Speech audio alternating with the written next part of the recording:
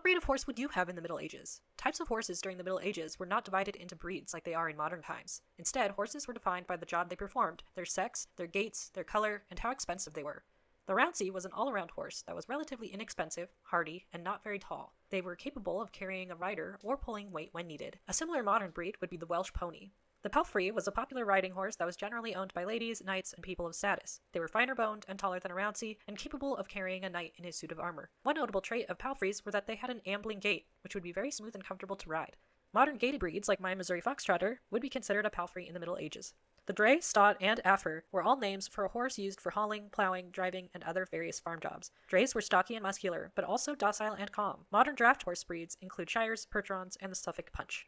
The Jeannette, also called the Spanish Jeannette, was similar to a Palfrey but smaller. They were expensive and also had an ambling gait that made them very comfortable to ride. It is thought that their breeding included Barbs and Arabians imported during the Crusades. The Sumpter was a pack horse. The most inexpensive of horses, the Sumpter was plain and small, but strong and hardy, likely similar to modern-day mules. The courser, or charger, was one of the primary types of war horses that a knight would use. Coursers were fast-running, hot-blooded, and brave horses. Their best comparison would include breeds such as Arabians, Turkomans, and the modern thoroughbred.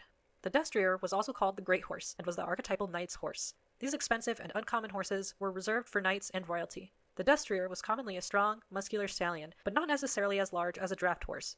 The Destrier was what we now call a Baroque-type horse, such as an Andalusian, Lusitano, and Lipizan. So tell me,